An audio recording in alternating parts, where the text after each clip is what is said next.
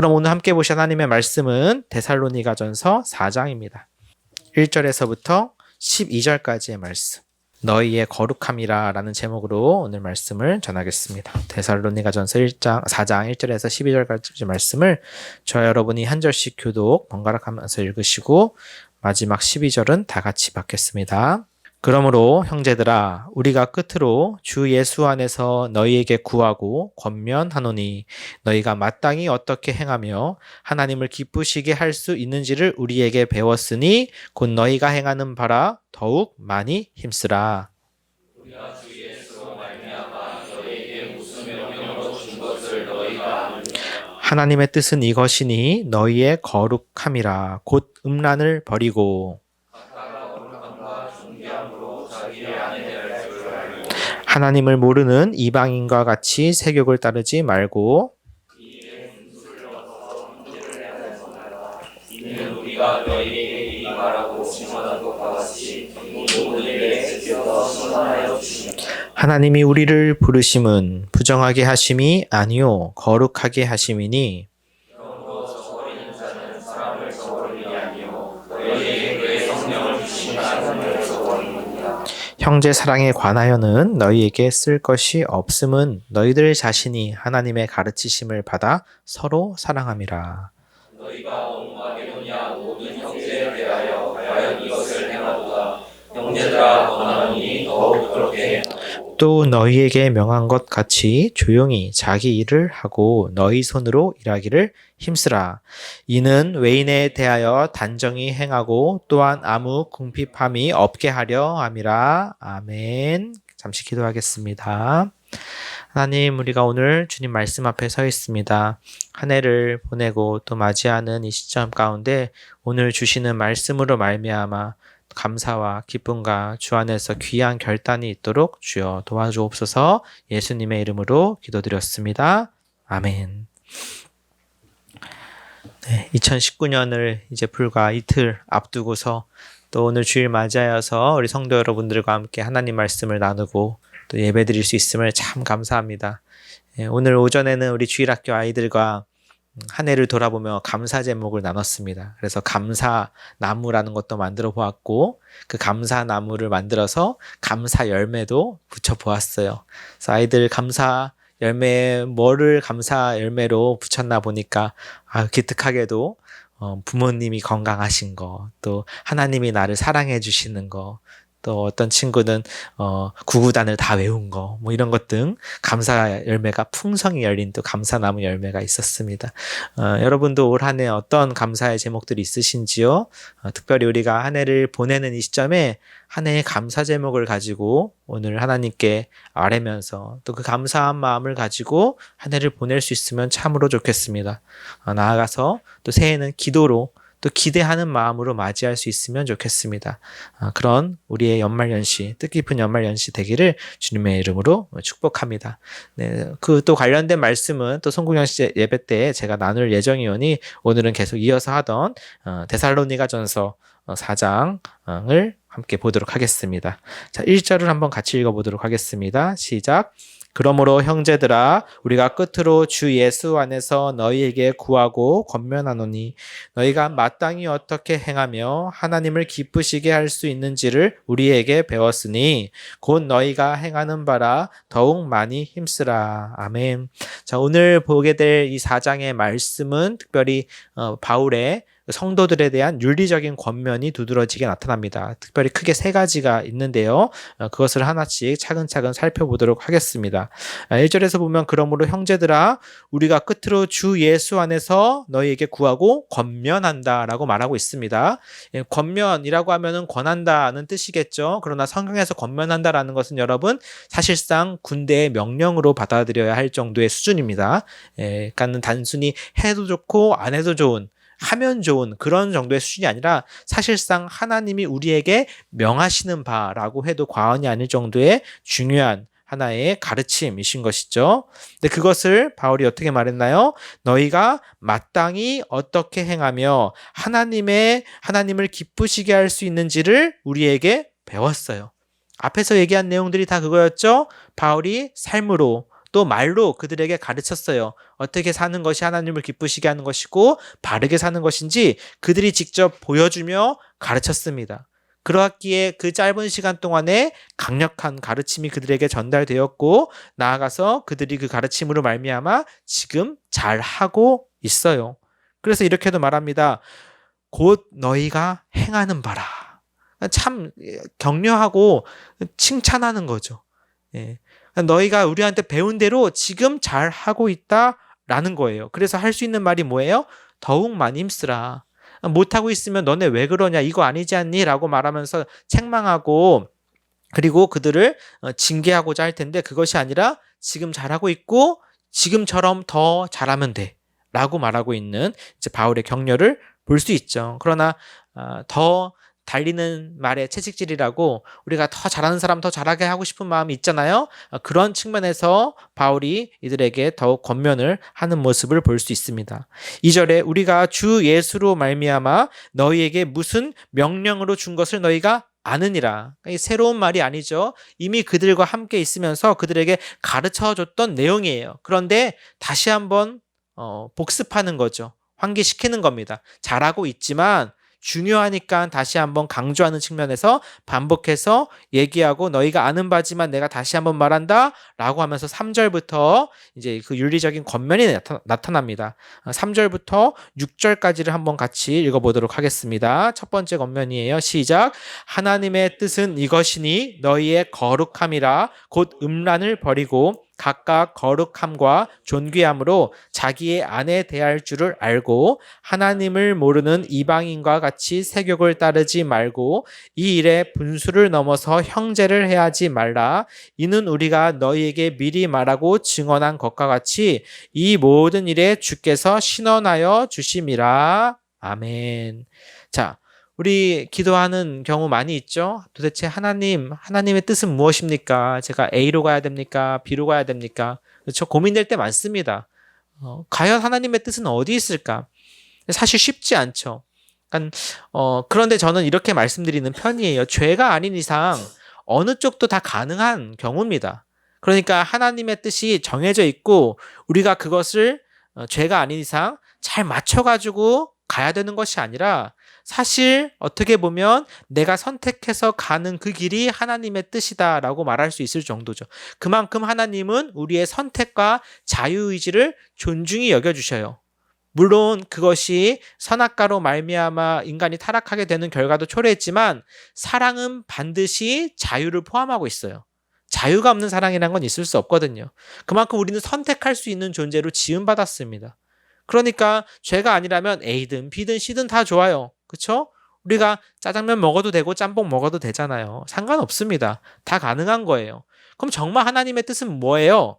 A를 선택하든 B를 선택하든 그 앞에 하나님의 자녀로 사는 게 하나님의 뜻이죠. 이게 중요한 것입니다. 근데 그 하나님의 자녀로 사는 가장 중요한 특징이 뭘까? 세상 가운데 그것이 바로 오늘 우리가 읽은 이 3절의 거룩함이라는 거예요. 이거는 기독교인들에게는 아주 독특한 윤리적 정체성입니다. 세상 사람들은 거룩이라고 하면 잘 몰라요. 그리고 사실 우리도 거룩이라고 하는 개념에 대해서 그렇게 깊게 이해하고 있는 것 같지는 않습니다. 사실 쉽지 않은 개념이죠. 하지만 성경은 분명하게 우리에게 거룩을 명해요. 그리고 그 근거는 무엇입니까? 내가 거룩하니. 하나님께서 친히 이미 예전부터 내가 거룩하니 너희도 거룩하라고 말씀하셨어요. 그런데 인간에게는 이 가르침이요 정말 부담되고 과연 내가 거룩할 수 있을까라고 여겨질 만큼 쉽지 않은 일이죠. 여기서 감히 내가 하나님 믿고 교회 열심히 다니지만 저 거룩합니다라고 자신 있게 말할 수 있는 분은 아마 없을 거예요. 저도 사실 이 말을 보면 많이 찔려요. 그럼에도 불구하고 성경은 우리에게 거룩한 삶을 끊임없이 우리에게 권면하고 요구하고 있다는 사실을 우리가 잊어서는 안 될 것입니다. 특별히 오늘날 현대사회가 생각보다 너무나 문란하고 타락해 있어요. 우리가 그래도 조금 교회 다닌 사람으로서 조금 더 순진하고 이렇게 세상의 좀 아름다운 면을 좀 더 많이 보는 사람들일 거라고 저는 생각을 해요. 근데 생각보다 세상에 그 정말 민낯을 보게 될 기회가 있다면 꼭 그런 기회가 있어서 좋은 건 아니겠지만 생각보다 세상이 정말 많이 타락했구나라는 것을 우리가 알게 될 것입니다. 이미 우리가 또한 미디어나 이런 것들을 경험해서 보고 있지 않나요? 그런데 하나님의 뜻은 뭐예요? 그래서 A냐 B냐 이게 중요한 것이 아니라 바로 하나님의 뜻은 이것인데 너희의 거룩함이라는 거예요. 무엇을 하든 간에 하나님처럼 거룩함을 갖고 살라라는 거예요. 근데 거룩함이란 게 뭘까라고 했을 때 바울의 설명은 이런 것이죠. 곧 음란을 버리고. 그러니까 거룩과 사실 가장 대조되고 비교되는 개념은 뭐냐? 이 음란입니다. 근데 오늘날 이 사회가 생각보다 굉장히 음란한 시대에 또 음란한 세대에 우리가 살고 있다는 것이죠. 무엇보다 어느 측면에서 그렇게 나타나냐면 4절에 각각 거룩함과 존귀함으로 자기의 아내 대할 줄을 알아야 하는 거예요. 그러니까 단순히 이 거룩함은 어떤 것과 관계되느냐라고 하면은 특별히 결혼 생활, 특별히 부부 관계와 매우 밀접한 관계가 있다고 볼 수 있습니다.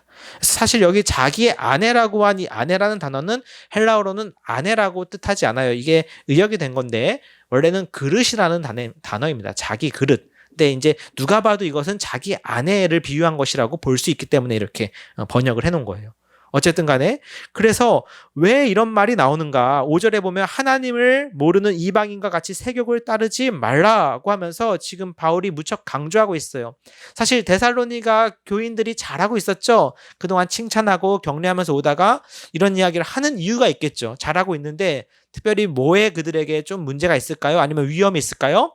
이 거룩 또는 음란 타락과 그들에게 매우 큰 유혹이나 위험이 있을 수 있기 때문에 지금 바울이 이런 말을 하고 있어요. 제가 전에도 말씀드렸지만 이제 이교 문화, 이방인들의 문화에서 크게 특징적인 두 가지가 있다고 말씀드렸습니다. 이렇게 생각해 모든 이교 문화는 이 두 가지를 거의 그 당시 사회에는 담고 있었다고 해도 과언이 아닌데 그 두 가지가 뭐였나요? 첫 번째가 우상 숭배고 두 번째가 성적 타락이 이게 두 가지가 꼭 나타나요. 특히 지금 여기 마게도냐 헬라 문화권이잖아요. 그러면 그 당시에 이 우상 숭배는 뭐 극도에 달했고요. 사도행전에 잘 나오죠. 그리고 그 우상 숭배하는 것들이 대체로 뭐랑 관계가 되냐면은 성적 타락이랑 연관이 돼요. 이 데살로니가 교회가 있던 문화도 그런 문화였습니다. 그래서 그들이 섬겼던 그 우상, 뭐 카비루스 문화라고 하는데요. 이런 문화들이 대체로 뭐랑 관계되어 있냐면 이 풍요의 신, 많이 들어보셨죠? 그리스 신화 같은 거에 많이 나오잖아요. 그래서 막 가슴이 여럿 달린 뭐 이런 그 우상도 있고요. 그런 풍요의 신과 관련되어서 그들이 드리는 제사의 모습은 어떠냐? 그러니까 창기와고의 합일이에요. 그러니까 우리의 개념으로는 여러분 도무지 이해되지 않는 정말 그 망측한 일이죠. 근데 그들한테는 그게 그냥 문화였어요. 그게 윤리적으로 문제될 게 없는 그런 시대와 문화였어요. 그래서 제사를 그런 그 성창이라고 합니다. 그리고 심지어 그게 남자끼리의 동성 간의 그 성관계를 뜻하기도 했어요. 그렇게 해서 신을 모시고 달래는 것이 그들의 문화였단 말이에요. 그럼 한번 여러분 생각해 보십시오. 그것을 문제 삼지 못하고 전혀 문제인식을 못하고 평생을 살아오던 교인들이 그런 문화 속에서 예수를 믿게 되면 받아들이게 되는 새로운 가치관과 기준은 완전히 다르죠. 그렇죠? 그리고 그것은 단순히 그냥 지식으로 머무는 것이 아니라 뭐예요? 반드시 삶의 변화를 요구해요. 그렇지 않으면 너희는 하나님의 자녀가 될 수 없다고까지 말해요. 새로운 삶을 살아야 되니까. 지금 데살로니가 교인들이 근데 그러한 삶을 결단했고 살고 있는 거예요. 근데 잘 생각해 보십시오. 그러한 삶을 예전에 살았다가 예수 믿었다고 정말 칼로 두부 자르듯이 그냥 순간적으로 딱 끊어지고 완전히 새로운 사람으로서 삽니까? 또 그렇지 않은 측면이 있죠. 나는 물론 하나님의 자녀가 되었지만 예전에 살던 그 삶의 습관과 관성을 쉽게 벗어나기가 쉽지 않다고요. 예를 들면 이런 거죠. 우리로 따지면 이런 겁니다. 술, 담배 같은 거요. 이제 여기서 나오는 이 비유는 너무 우리한테는 그 무거우니까 그냥 술, 담배 정도 할 수 있잖아요. 그렇잖아요. 뭐 세상에서 얼마든지 할 수 있는 그런 것들이죠. 또 우리도 전에 해보신 분들도 있을 거고 저 역시도 뭐 술 같은 것은 저도 즐겼던 사람 중에 한 명이니까요. 근데 그것이 딱 예수 믿고 나서 이거 싫어 이제 안 해. 아니면 하나님 하지 말랬다고 딱 끊어버리나요? 아니면 계속 갈등하고 고민하게 되나요? 여러분 더 잘 아시잖아요. 그런 것이 데살로니가 교인들 안에 왜 없었겠냐고요. 계속 싸웠겠죠. 그리고 심지어 그 중에는 넘어지는 사람, 실수한 사람도 있었겠죠. 고린도 교회 가면 이 문제가 훨씬 더 심각해져요. 그래서 교회 안에서 자신의 아버지의 아내, 그러니까는 엄마긴 엄마인데 새엄마죠. 예를 들어 쉽게 말하면 그 새엄마를 취한 경우가 있었어요. 근데 교회에서 그걸 문제 삼지 않고 계속 같이 예배드리는 거예요. 징계도 하지 않고 책망도 하지 않고. 그런 문화가 익숙했기 때문에 윤리적인 기준이 너무 낮은 거죠. 특별히 이런 성적인 측면에서 말입니다. 그들에게 하나님이 주시는 기준은 생각보다 높았던 것이죠. 그래서 바울이 그들에게 이렇게 말한 것입니다. 각각 거룩함과 존귀함으로 자기 안에 대할 줄을 알아라. 특별히 이제 가정을 이루신 사람들의 거룩함을 지키는 가장 중요한 기준은 가정 안에서의 관계예요. 이건 너무 중요해요. 당연한 것이지만 생각보다 세상의 기준은 이게 많이 무너져 있다고 저는 많이 느껴져요. 그리고 오늘날 보여지는 많은 어떤 문화나 드라마, 영화 같은 거 보면요. 그게 그냥 너무 가볍게 여겨지는 경향들이 있어요. 우리가 웃으면서 보지만 굉장히 심각한 문제입니다. 각각 거룩함과 존귀함으로 자기 안에 대할 줄을 알고 하나님을 모르는 이방인과 같이 세욕을 따르지 말라. 이방인들은 그렇게 자신들의 어떤 성적 만족 그리고 그런 것을 통해서 살아가지만 이제 그리스도인인 우리에게는 뭐예요? 하나님이 주신 가정 안에서의 만족을 누려야만 하는 의무가 있는 것이죠. 나아가 6절에 이 일의 분수를 넘어서 형제를 해하지 말라. 앞에 있었던 문배까지 이어진다고 본다면 이것은 그러니까 거룩함을 넘어서는 음란과 타락의 행위는 형제를 사랑하지 않는 행위인 것이죠. 그러니까 단순히 이 음란과 타락의 문제는 굉장히 파괴적인데 첫 번째로 하나님의 성전인 자기 몸에 죄를 짓는 거고요. 굉장히 큰 죄고요. 나아가서 그 인간과 그 사람과의 관계를 파괴하는, 즉 형제를 해하는, 내가 사랑해야 될 형제 자매를 해하는 아주 하나님 앞에 죄가 되는 것이죠.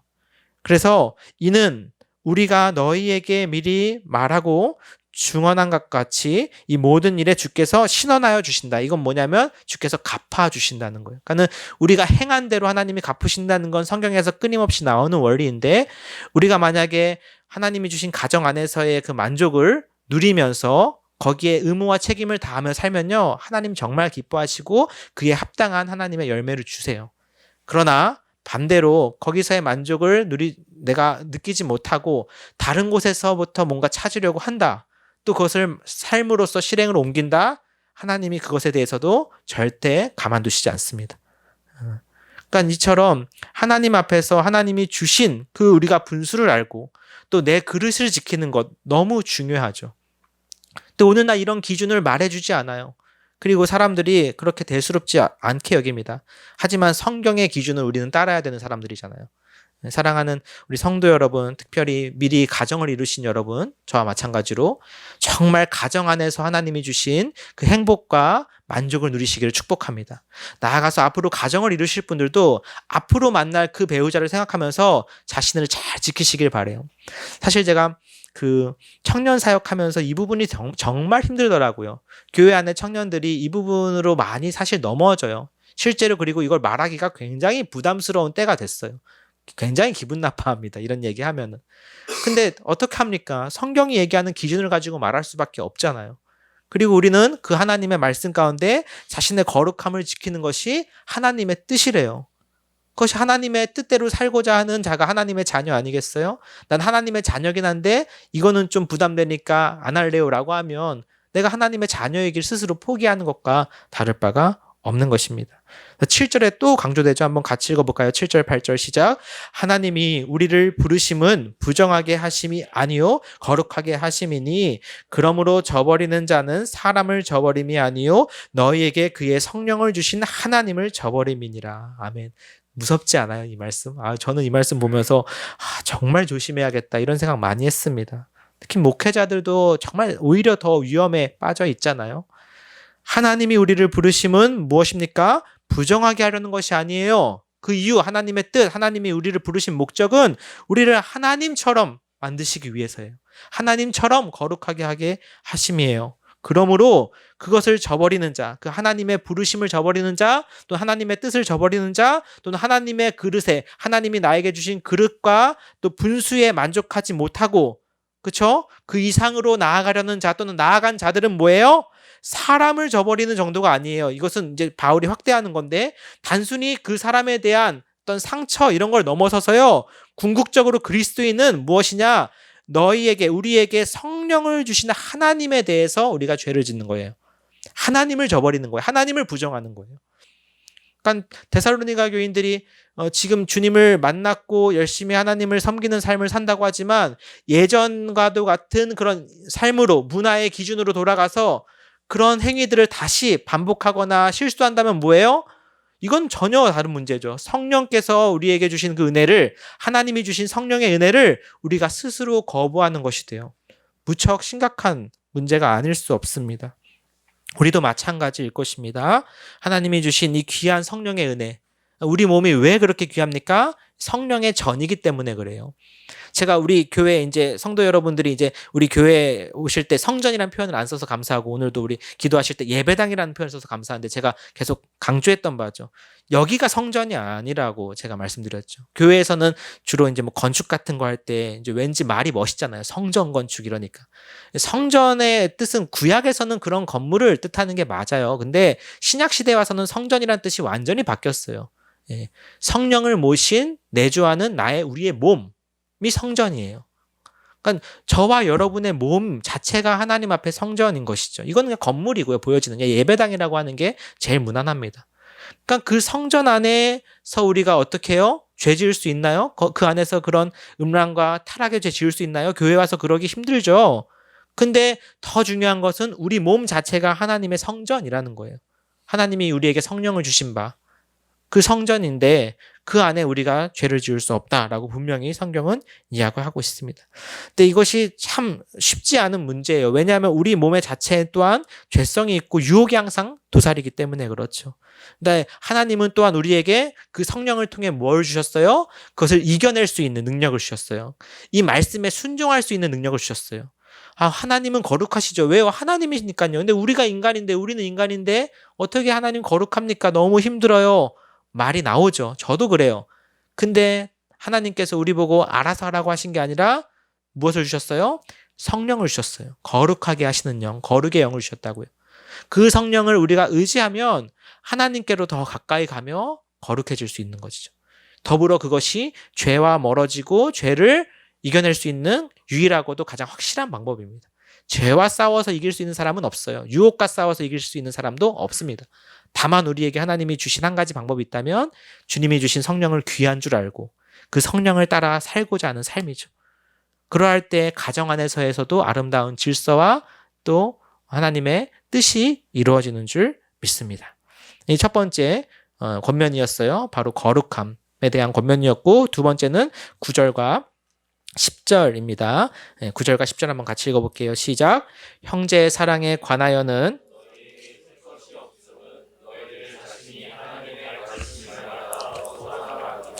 너희가 온 마게도냐 모든 형제에 대하여 과연 이것을 행하도다. 형제들아 권하노니 더욱 그렇게 행하고. 아멘. 성경에서 특별히 요구되는 또 가장 권면되는 미덕은 무엇입니까? 사랑하는 것이죠. 사랑. 근데 그 사랑을 하나님을 사랑하고 서로 이웃을 사랑하는 것이었어요. 근데 감사하게도 이 데살로니가 교인들이 이 말씀은 참 잘 지켰던 것 같아요. 근데 오히려 어려운 환난과 핍박 가운데 믿는 사람들끼리 더욱 똘똘 뭉친 것이 아닌가 싶어요. 그러한 가운데서도 그 귀한 좋은 소식이 그 주위까지도 막 퍼져갔던 것을 우리가 기억합니다. 그래서 바울이 이렇게까지 말하죠. 형제 사랑에 관하여는 너희에게 쓸 것이 없다. 왜냐하면 잘하고 있으니까. 어때요? 너희들 자신이 하나님의 가르치심을 받아 서로 사랑함이라. 서로 사랑하고 있다라는 것이죠. 얼마나 귀합니까? 바라기는 정말 우리 은혜나눔 교회 성도 사이에서도 우리가 서로 사랑할 수 있으면 좋겠어요. 불과 이제 이곳에 온 지 1년도 채 되지 않았죠. 벌써 한 해가 지나간다고 하지만 저희가 이곳에 3월에 와서 첫 예배를 드렸으니까 이제 9개월밖에 안 됐는데 새로운 얼굴들도 참 많아지셨고 벌써 오랜 시간을 함께한 것 같은 느낌이 들 때가 많아요. 네, 그러니까는 참 감사한 거죠. 짧은 시간이지만 그 사이에 금방 우리가 더 친밀해졌다라는 것을 의미할 것입니다. 그러나 동시에 여전히 여기 온 지 얼마 안 돼서 어색하고 또 아직은 이렇게 적극적으로나 또 마음을 열기가 어려운 부분이 있을 수도 있어요. 하지만 교회에서 하나님이 가장 기뻐하시는 그 뜻 중에 하나는 서로 사랑하는 모습이죠. 근데 서로 사랑하기 위해선 서로 알아야 되고 함께 시간을 보내야 되고 그 가운데 서로를 위해서 기도해 줄 수 있어야 돼요. 그냥 단순히 왔다 가는 것으로 만족하지 않고 그 가운데서 서로를 알아가는 가운데 사랑하는 것을 교회 안에서 연습하기가 가장 좋아요. 세상 가운데서 사랑하기 위해서는 먼저 교회 안에서의 사랑을 경험하는 저와 여러분이 참 됐으면 좋겠습니다. 그래서 2020년에 제가 특별히 기대되고 또 하나님 앞에 바라게 되는 것은 정말 성도들 안에 사랑이 풍성해지는 거예요. 그러니까는 교회가 빠르게 가기보다는 좀 바르게 갔으면 좋겠고 단순히 커지기보다는 그냥 먼저 건강했으면 좋겠고 뭔가 서두르기보다는 좀 더 신중하게 하려고 저도 생각하고 그렇게 기도하고 있어요. 근데 그러한 모든 이유는 뭐냐? 사랑하기 위해서예요. 서두르지 않고 단순히 사람 많아지는 것에 집중하지 않고 지금 있는 우리가 먼저 사랑하는 삶과 모습을 보여줄 수 있으면 좋겠어요. 그래서 누군가가 우리 교회에 또 오셨을 때 이 교회는 사랑이 있네 라고 느끼면 된 거예요. 그거면 된 거예요. 그래서 그렇게 사랑하는 삶과 그리고 모습과 또 우리 안에 그런 섬김이 있으면 그 사랑을 받고 나누고 싶으신 분들을 또 하나님이 보내주시는 거죠. 그래서 그 좋은 소식이 어때요? 10절에 보니까 너희가 온 마게도냐 모든 형제에 대하여 과연 이것을 행하도다. 데살로니가가 있던 그 큰 지역이 마케도니아죠. 근데 그 지역에 소문이 다 퍼졌고 심지어 자기들이 힘들어서 자기들끼리만 지금 버티기도 힘들 마당에 그 힘든 중에도 어떻게 해요? 다른 형제들까지도 사랑하는 삶을 살았다는 거예요. 여러분 연말에 되면 요즘 같은 시기에 막 좋은 미담들 많이 들리잖아요. 그래서 누군가가 막 동사무소에 평생을 모은 그쵸? 돈이나 또 물품들을 갖다 주는데 그 사람들 보면 그 사람들이 재벌 대단한 재벌 2세입니까? 아니면은 정말 우리가 평소에 이렇게 볼 수 있는 그런 아주 그 서민입니까? 그쵸? 그러니까 오히려 없는 사람들이 더 잘 나눌 줄 안다고요. 부족한 중에서도 베풀 줄 안다고요. 근데 데살로니가 교인들이 그렇게 살았던 것 같아요. 자기들도 힘들고 지금 버거운데 그 가운데서도 사랑하기 위해서 노력하고 심지어 주위에 있는 사람들까지도 사랑했어요. 그러니까 바울이 뭐라고 해요? 너희가 이렇게 했구나. 잘했어. 10절에 형제들아 권하노니 더 그렇게 해라. 앞에서도 더 이상 할 말도 없다. 그냥 그렇게만 더 하면 돼 라고 지금 격려하고 있죠. 정말 제가 이제 주보에도 써놨지만 우리 앞에 하나님께서 우리를 부르신 뜻, 거룩함, 이어서 무엇입니까? 서로를 사랑하는 거예요. 그래서 먼저 가까운 사람부터 우리가 사랑할 수 있잖아요. 모르는 사람 사랑하는 게 아니지 않습니까? 가정 안에서 부부가, 그렇죠? 교회 안에서 성도가 서로 사랑하는 가운데 하나님의 공동체, 하나님의 뜻은 여기에 있구나라는 것을 우리가 배울 수 있으면 좋겠어요. 마지막 세 번째입니다. 11절, 12절 같이 읽어보겠습니다. 시작. 또 너희에게 명한 것 같이 외인에 대하여 단정히 행하고 또한 아무 궁핍함이 없게 하려 함이라. 아멘. 자, 마지막 세 번째인데요. 데살로니가 교회의 특징 중에 하나 기억하시죠? 이 재림에 대한 기대가 있었어요. 좋은 것입니다. 근데 이게 오늘날 우리에게 더 필요하고 그런 것인데 사실 그 교인들에게는 조금 재림에 대한 약간의 오해가 있었어요. 그러니까 마치 이제 재림이 곧 올 것처럼 생각을 한 것이죠. 맞습니다. 우리도 재림 얼마 남지 않았어요. 이제 임박한 재림의 시대에 살고 있어요. 마치 주님이 이제 곧 오실 것처럼 우리가 사는 깨어있는 삶이 정말 필요해요. 어느 때보다 필요해요. 근데 이 사람들이 그것이 때로는 좀 너무 지나치고 왜곡이 되어서 그래서 아무런 일도 할 필요가 없다라고 여기는 사람들이 생겨났던 것 같아요. 소위 게으름뱅이들이 있었던 거죠. 왜요? 이제 당장 내일이면 주님 오실지도 모르는데 오늘 출근할 사람 없잖아요. 그렇죠? 예, 그러니까 단순히 거기서 그냥 주님 오시는 것만 기다리면서 남들이 주는 것으로 먹고 받아 살았던 사람들이 있었던 것 같아요. 특별히 앞에서 얘기했던 것처럼 이 교회는 어떤 교회예요? 사랑이 넘쳐요. 그러니까 어때요? 좀 부족하거나 그런 사람 있으면 가서 내 거 나눠주고 채워줘요. 그거를 이용해 먹는 사람들이 있었어요. 그러니까 교회는 참 특이해요.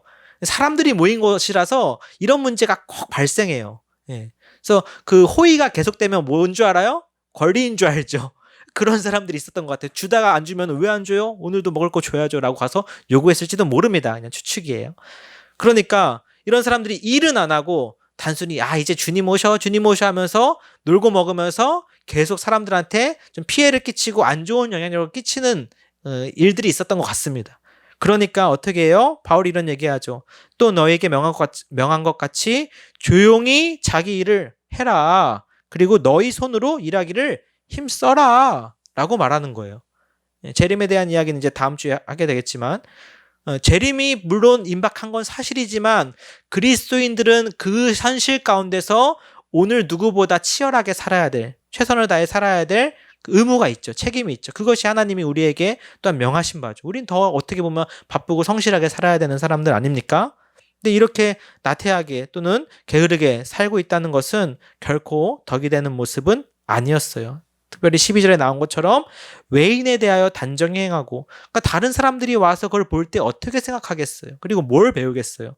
또한 아무 궁핍함이 없게 하려 함이라. 결국 사람들이 그런 식으로 다 놀고 먹게 되다 보면, 그쵸? 어떤 일이 발생할까요? 불보듯 뻔한 일이었어요. 이미 바울은 그래서 주님이 곧 오실 겁니다 라고 가르치면서도 어떻게 살았어요? 누구보다 열심히 살았어요. 그래서 주경야봉, 밤에는 봉사했죠. 또는 주경야 전도했죠. 그러니까 낮에는 열심히 일했어요. 그렇죠? 텐트 메이커로서 열심히 일하고 밤이나 쉬는 날에 또 어때요? 계속 섬겼어요. 그 바울 선교팀이요. 그러니까 얼마나 바쁘게 살았을까요? 그들을 하나님에게 주어진 똑같은 24시간을 그들은 정말 알차게 썼다고요. 그렇게 보여주면서 열심히 살고 일하는 것, 내가 심지어 너희들한테 먹어도 상관없죠. 그들은 그렇게 봉사하는 게 일이니까. 근데 그것조차 짐을 주지 않기 위해서 어땠어요? 또 일을 했다고요. 투잡을 했다고요. 그래서 자기가 스스로 생계를 유지했어요. 그러면서 가르쳤는데 심지어 어떤 사람들이 있는 거예요? 아무것도 안 하고 그냥 날로 먹으려는 사람들이 있었다는 거죠. 여러분, 우리가 은혜로, 소위 이제 은혜라는 건 차별 없이로 저는 이해하는 게 좋은데, 보통 은혜로 받았다고 하는 것을 이 한국의 문화는 뭘로 많이 바꾸냐면 공짜로 받았다고 해요. 공짜. 틀린 말은 아니죠. 그렇죠? 근데 우리가 만약에 그렇게 해석한다면 그렇게 공짜로 받을 수 있는 것은 오로지 하나밖에 없어요. 구원입니다. 하나님의 나라에 들어가는 것은 우리 인간의 어떤 공로나 능력, 내가 자격이 있어서 갈 수 있는 것이 아니기 때문에, 은혜로밖에 줄 수 없기 때문에 그렇게 하신 것이고, 그 외의 것들은 다 뭐예요? 여러분, 일하셔서 여러분이 쟁취하셔야 되는 거예요. 스스로 일하셔서 버셔야 되는 거예요. 물론 여기 계신 분들 정말 제가 삶을 이제 아니까 얼마나 열심히 사시는지 너무 잘 알아요. 우리 교회에는 여기 나온 것과 같은 이런 성도분 한 분도 안 계셔서 참 감사합니다. 정말 자신에게 주어진 삶으로서 내 손으로 일하고, 그리고 심지어 그것을 가지고 또한 누군가를 베풀 수 있는 이런 삶을 우리가 또 기대할 수 있으면 좋겠어요. 특별히 2019년에도 열심히 사셨지만 2020년에도 더 우리가 하나님이 주신 그 삶의 터전에서 성실하게 주어진 역할과 책임들을 감당하시고, 나아가서 또한 누군가를 도울 수 있기까지 하는 그런 삶이 될 수 있으면 참 좋겠습니다. 정리하겠습니다. 오늘은 이 세 가지의 권면이 있었습니다. 거룩함, 그리고 형제 사랑, 그리고 스스로 일하는 것에 대한 그리스도인들의 본받는, 또 본이 되는 삶이었어요. 데살로니가 교인들이 이전에 살았던 삶과는 완전히 다른 삶을 이제는 요구받고 살고 있습니다. 고린도후서 5장 17절에 그런즉 누구든지 예수 안에 있으면 새로운 피조물이라, 이전 것은 지나갔으니 보라 무엇이 되었어요? 새 것이 된 거예요. 오늘 저희 여기 뒤에도 써 있잖아요. 새 영, 새 마음인가요? 네. 자, 우리 한 해도 이제 정리하는 때 있습니다. 부족한 건 많았죠. 아쉬운 거 많았죠. 하지만 이런 것들, 혹여나 내가 부족한 거 있었다면 하나님께 아뢰고, 또 필요하다면 회개하고, 나아가서 새롭게 하시는 하나님의 영과 마음으로 다시 한번 하나님께 우리의 삶을 거룩함으로, 또 하나님 앞에 사랑함으로, 또 하나님 앞에 성실한 삶으로 드릴 수 있으면 좋겠습니다. 그러한 삶으로 하나님의 사랑을 나타낼 수 있으면 좋겠습니다. 복음은 정말 능력이 있어요. 이전과도 같은 삶을 살지 않게 합니다. 완전히 다른 삶을 살 수 있게 해요. 데살로니가 교인들 보세요. 그런 우리가 이해할 수도 없는 정말 그런 문화 가운데 있었지만, 하나님의 말씀을 들은 그 결과 그들에게 나타나는 이 모습은, 삶의 모습은 어떻습니까? 물론 그 중에는 실수하거나 넘어지는 사람이 있지만 전반적으로 그들은 너무 잘하고 있었다고요. 그러니까 바울이 이렇게까지 칭찬할 만도 한 것이에요. 저 역시 여러분들에게 동일한 마음을 갖고 있습니다. 바라기는 더욱 잘하십시오. 잘하고 계십니다. 너무너무 잘하고 계십니다. 지금 여기에 와서 앉아 계신 것 자체가 칭찬받을 만한 일이에요. 단순히 우리 교회에 오셨다고 하는 게 아니라 이 부담되고 이 작은 교회에 오셔가지고, 그쵸? 제가 어제 맞춰야 되는데 어제 이제 또 한 가정 성도 가정을 신방했어요. 그래서 이 이야기 나누다가 문득 그런 생각이 들었습니다. 저희가 막 이런저런 얘기를 많이 했거든요. 잘 들으시더라고요. 그러다가 문득 그런 생각이 들었어요. 제가 아유, 교회 하나 잘못 오셔가지고 고생하게 되셨네요. 저희가 드린 숙제가 많거든요. 그러니까 교회 봉사에 관한 것이 아니라 가정 안에서의 어떤 더욱 하나님 앞에 아름다운 삶을 위해서 이렇게 해보십시오, 저렇게 해보십시오, 권면한 게 많아요. 근데 그렇게 살려고 하면은 쉽지 않을 거거든요. 쉽지 않을 겁니다. 근데 그렇게 노력해야 되는 부분이 있기에 말씀드린 것인데, 농담 삼아서 그런 얘기가 나온 거예요. 아유, 교회 하나 잘못 오셔가지고 이렇게 애쓰셔야 된다고 라고 하면서 웃었는데, 마찬가지인 것 같아요. 여기 계신 분들이. 바라기는 정말 그럼에도 불구하고 이 가운데 주신 하나님의 은혜가 여러분의 삶 가운데 넘치고 또 누군가에게 흘러가서 우리 모두가 하나님 앞에 더욱 성장하고 자라나는 새해가 될 수 있기를 주님의 이름으로 축복합니다. 같이 찬송하고 같이 기도할게요.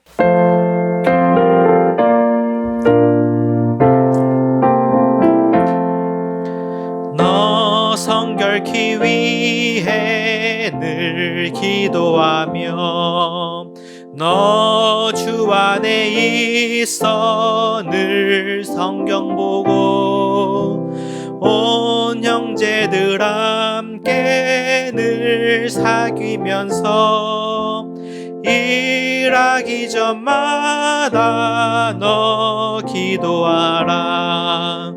너 성결케 위해 내 머리 숙여 처음 미리 계신 내 주께 빌라. 주 사귀어 살면 주 닮으리니 널 보는 이마다 주 생각하리.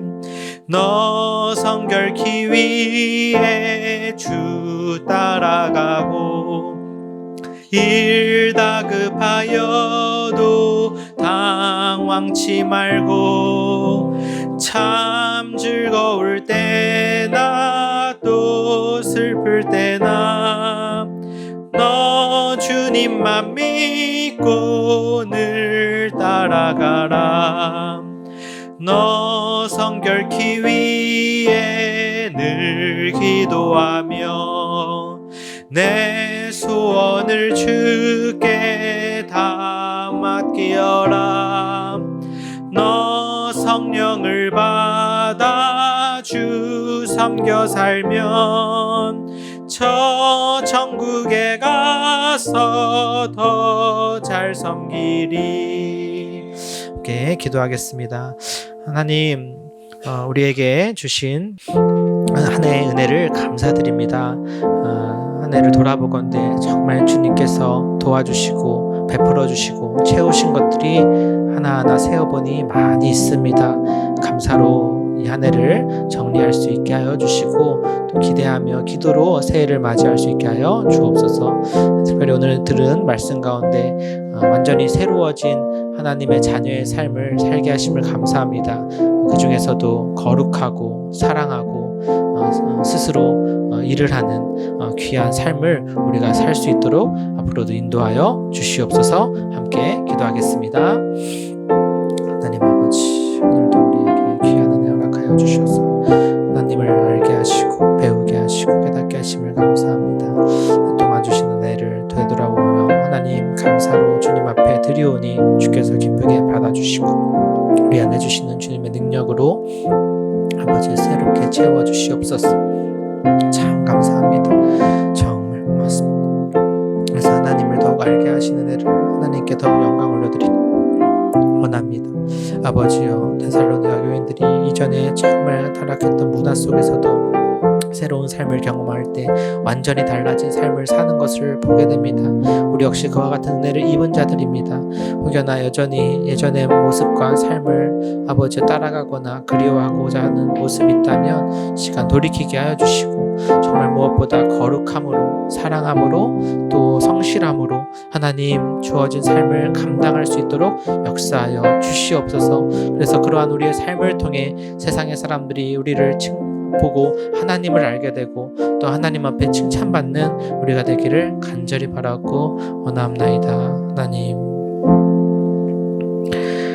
아버지 하나님, 하나님의 뜻은 이것이니 또 하나님의 부르심은 우리를 부정하게 하심이 아니요 거룩하게 하심이라 하셨사오니, 하나님 정말 우리가 새해를 맞이하는 이때 거룩함으로 하나님 앞에 나아오고 살아갈 수 있도록 허락하여 주시옵소서. 무엇보다 서로 사랑하라 하신 말씀도 잊지 않게 하여 주시고 성실함으로 나의 삶을 책임감 있게 감당하게 하여 주옵소서. 그러한 우리의 삶을 통하여서 많은 사람들이 우리를 보고 하나님을 높이고 또 하나님 앞에 우리가 칭찬받고 인정받는 정말 종이 될 수 있도록 주님 역사하여 주시옵소서. 한 해를 되돌아보건대 하나님이 지키시고 인도하시고 채우신 것들이 참 많이 있습니다. 이것들을 잊지 않고 마음에 늘 새기며 감사로 한 해를 마무리할 수 있도록 도와주시고 기대하는 가운데 기도로 새해를 맞이하고자 합니다. 하나님이 주신 귀한 삶의 열매들을 또한 새해에도 많이 누리고 나눌 수 있게 하여 주시고 주님과 동행하는 한 해 되도록 역사하여 주시옵소서. 또 예배 이후에는 올 한 해 하나님이 보내주신 정말 귀한 우리 성도분들을 또 축하하고 환영하는 시간을 가지려고 합니다. 주 안에서 즐겁고 또 기쁜 교제의 시간 되게 하여 주시고 이후의 모든 시간도 함께 하여 주옵소서. 드린 예물 또한 기쁘게 받아주시고 채우신 하나님의 은혜를 또한 늘 경험할 수 있도록 함께 하여 주옵소서. 감사하고 이 모든 말씀 살아계신 우리 주 예수님의 이름으로 기도드렸습니다. 아멘.